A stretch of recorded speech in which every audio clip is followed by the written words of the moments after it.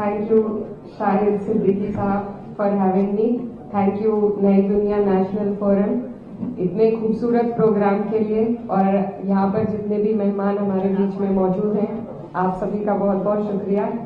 मुझे बहुत फख्र महसूस हो रहा है कि शाहिद सिद्दीकी साहब, जो मेरे वालिद के अजीज दोस्त हैं, उन्होंने मुझे इस लायक समझा कि इतने एस्टीम्ड पैनल में मुझे जगह दी, तो मैं दिल से उनकी शुक्रगुजार हूँ। और वो मेरी हद से ज्यादा तारीफ करते हैं, अभी मैं उस लायक नहीं हूँ, लेकिन आपके हौसले अफजाई के लिए मैं आपका दिल से शुक्रिया अदा करना चाहती हूँ। हमारे बीच में सलमान खुर्शीद साहब मौजूद हैं, जिनके बारे में आप सब और हम बहुत सुन चुके हैं, बहुत जानते हैं, और वो हमेशा से एक रोल मॉडल रहे हैं, न सिर्फ मैं कहना चाहती हूँ मुसलमानों के लिए, पर पूरे देश के लिए। सबने, मैं एक लॉयर हूँ, तो I am very inspired by him and I have always heard him, and it's wonderful to share a seat with him here, so I am very grateful for that. Manoj Jha ji, जिनको हम बहुत सुनते हैं पार्लियामेंट में, और जिनसे बहुत प्रेरणा और सीखने को मिलता है, कैसे अपनी बात रखी जाए, कैसे सबकी बात रखी जाए। आपको भी मैं धन्यवाद देना चाहती हूँ। हमारे बीच में राकेश सिन्हा जी मौजूद हैं, इफ्तिकार अहमद साहब, और तमाम जितने भी लोग हैं। Thank you so much for all joining together for this wonderful event. जो कॉन्सेप्ट नोट है, उसको जब मैंने पढ़ा, and I thought what can the answer to this question be, what is the future of Muslims in India, मैंने बहुत सोचा और जहन में दो जवाब आए कि हमें जहां काम करने की जरूरत है, एक एक्सटर्नल हमारी जो रिप्रेजेंटेशन हो रही है मीडिया के माध्यम से, एक उस पर, और एक इंटरनली हम लोगों को अपने अंदर भी झांकने की जरूरत है, और जो कमियां हमें महसूस होती हैं उनमें अगर सबसे पहले हम पहल करें उन्हें सुधारने की, एक कौम इकट्ठा होकर सर जोड़कर जब बात करें, और जो भी अपनी खामियां हैं उनको एक्सेप्ट करके आपस में हम फैसला करें कि क्या हम बेहतर कर सकते हैं, तो हमें जो बाहर से लोग कोशिश करते हैं ट्रिपल तलाक जैसी चीजों को लाकर ये हमें बताने की कि वो हमारे सेवियर्स हैं, इन सब चीजों से हम बच पाएंगे। दूसरा, जो हमारा एक्सटर्नल रिप्रेजेंटेशन हो रहा है, जो परसेप्शन एक बनाया जा रहा है, उसको सुधारने के लिए सबसे ज्यादा हमें तालीम की जरूरत है। अगर हमारे लोग हमारे बीच से निकलकर हम सब लोग कोशिश करेंगे, मेहनत करेंगे कि हमारी आने वाली जो पीढ़ियां हैं वो बेहतर तालीम हासिल कर सके, ऐसी जगहों पर जा सके जहां से हम अपनी रिप्रेजेंटेशन बेहतर दिखा सके। मैं आपको बताना चाहती हूँ कि जब मैं स्कूल में पढ़ती थी तो मुझसे लोग अक्सर कहते थे कि you don't look like a Muslim. मैं हमेशा सोचती थी what does that mean, how does a Muslim look like and how not to look like a मुस्लिम।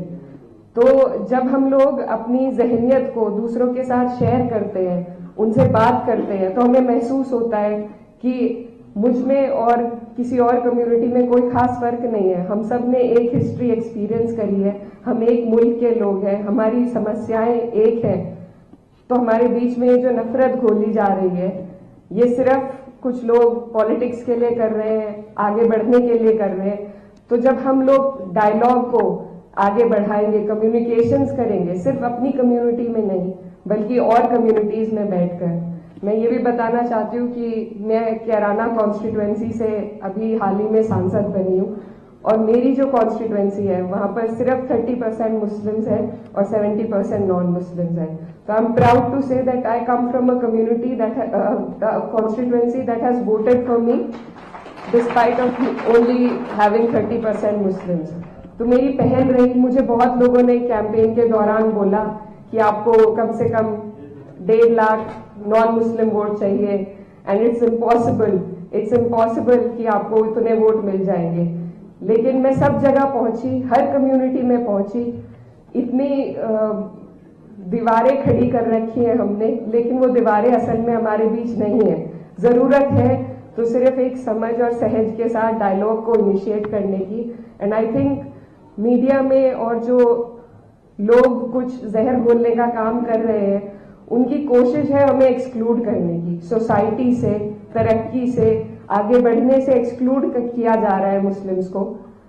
और हम खुद भी फिर अपने आप को इतना नीचे महसूस करने लग जाते हैं कि हम घेटोआइजेशन का एक हिस्सा बनते जा रहे हैं। हम खुद अपने आप को संकोच में आ जाते हैं और रोक लेते हैं दूसरे लोगों से बात करने में, उनसे डायलॉग इनिशिएट करने में। और मैंने ये बहुत हाल फिलहाल महसूस किया है कि जो हालात चल रहे हैं, जो जो हम रोज किस्से सुन रहे हैं मीडिया में, जो जितने क्राइम बढ़ रहे हैं, उससे हमारे अंदर भी एक असहजता महसूस हो रही है सभी लोगों को, और लोग अंदर ही अंदर अपनी ही कम्युनिटी में बस कर रहना चाह रहे हैं। लेकिन यही है वो चीज जिसे हमें रोकना होगा।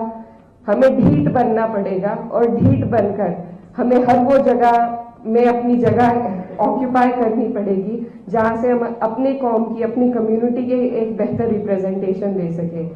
As a parliamentarian, I strive to raise the voice for people of all the communities, and that is also what we need. That is something that when we have such discussions we don't do. We don't need to only talk about the Muslims, we need to talk about everybody. And in these circles, in such circles especially, if I only talk about my community, then that is me being very selfish on my part. So if we expect selflessness, we need to do selfless things first.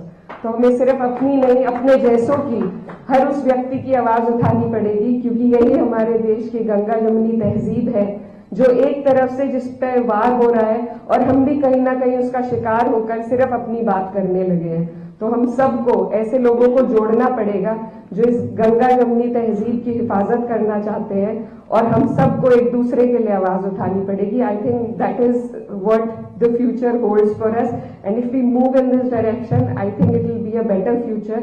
So and we have people amongst ourselves here जो हर जात, बिरादरी और धर्म की जो boundaries है उनको लांग कर यहाँ पर मौजूद है। और ऐसा हमने कई चीजों में देखा है। जब CAA NRC की प्रोटेस्ट हुई थी, तो I think more than Muslims there were other communities who had come forward to support us.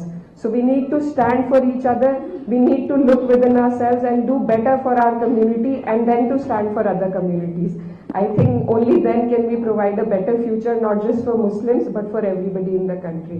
Thank you so much.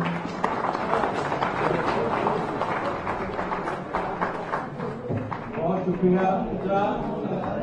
इतना ने बहुत ही इम्पोर्टेंट बात कही है घेटोआइजेशन की।